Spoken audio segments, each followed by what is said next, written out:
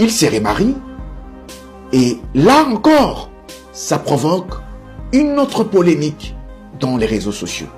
Avait-il vraiment raison de se marier? Lui qui aimait Maman Blanche. Il faut qu'on dise quelque chose à ce niveau. Le pasteur Marcelo n'a commis aucun péché pour se remarier. Il n'a violé aucune loi pour se remarier. Il n'a commis aucune infraction pour se marier. Mais ce qui est vrai, le pasteur Marcelo a choqué le bon sens. Il a tout simplement choqué le bon sens. De la manière dont il parlait de son épouse, Maman Blanche. On aurait voulu le voir prendre beaucoup plus de temps.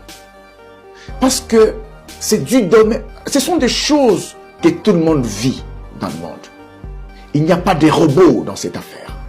Il n'y a pas des hommes spirituellement aguerris dans cette affaire. Il s'agit de la chair. On reste homme, on meurt, on ressent la douleur et on pleure. Au point que même, dans la Bible, on connaît l'histoire de Jésus-Christ. Lorsque Lazare est décédé, Jésus, le saint, avait pleuré. La Bible dit, Jésus pleura.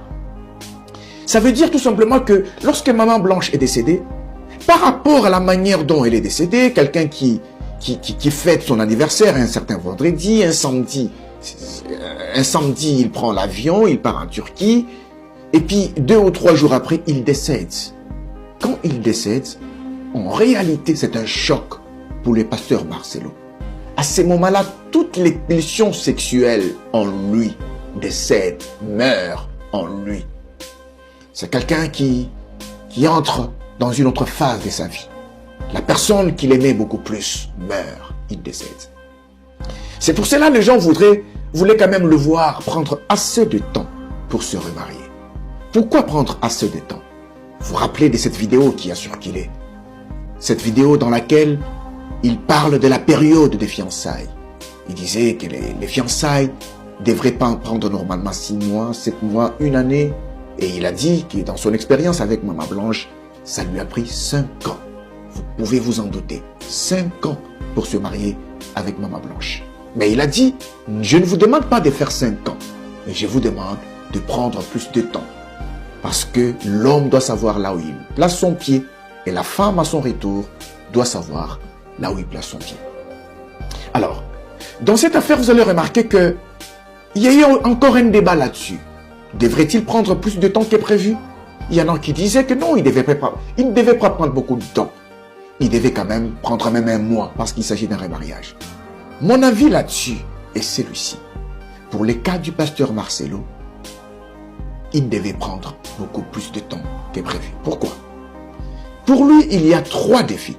3 défis à relever.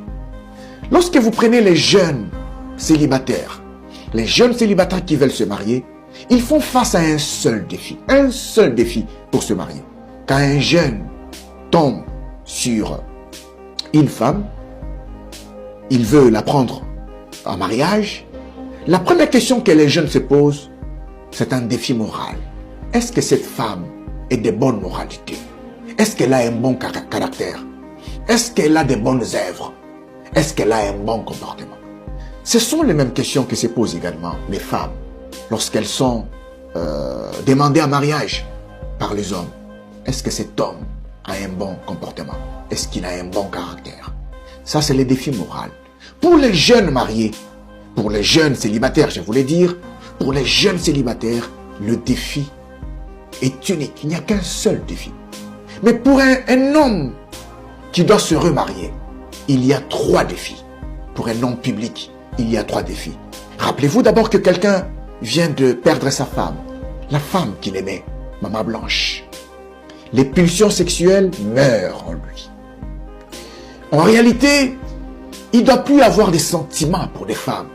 Parce qu'il se pose la question de savoir, est-ce que je pourrais trouver une femme comme Maman Blanche dans ce monde?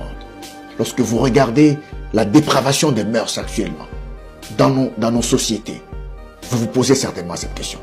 Est-ce qu'il est facile de trouver une bonne femme? Est-ce qu'il est vraiment facile de la trouver? Je pense que le pasteur Marcelo devait se retrouver face à ce questionnement. Et lorsque les pulsions sexuelles meurent, ça lui prend du temps. Et lorsque ça lui prend du temps, il commence à se ressaisir. Et quand il se ressaisit, il entre maintenant dans une nouvelle crise. Il entre dans la crise du choix du nouveau conjoint. Il entre dans la crise du choix de la nouvelle femme. Cette crise devrait également lui prendre quelques jours. Ça devrait lui prendre aussi un petit temps.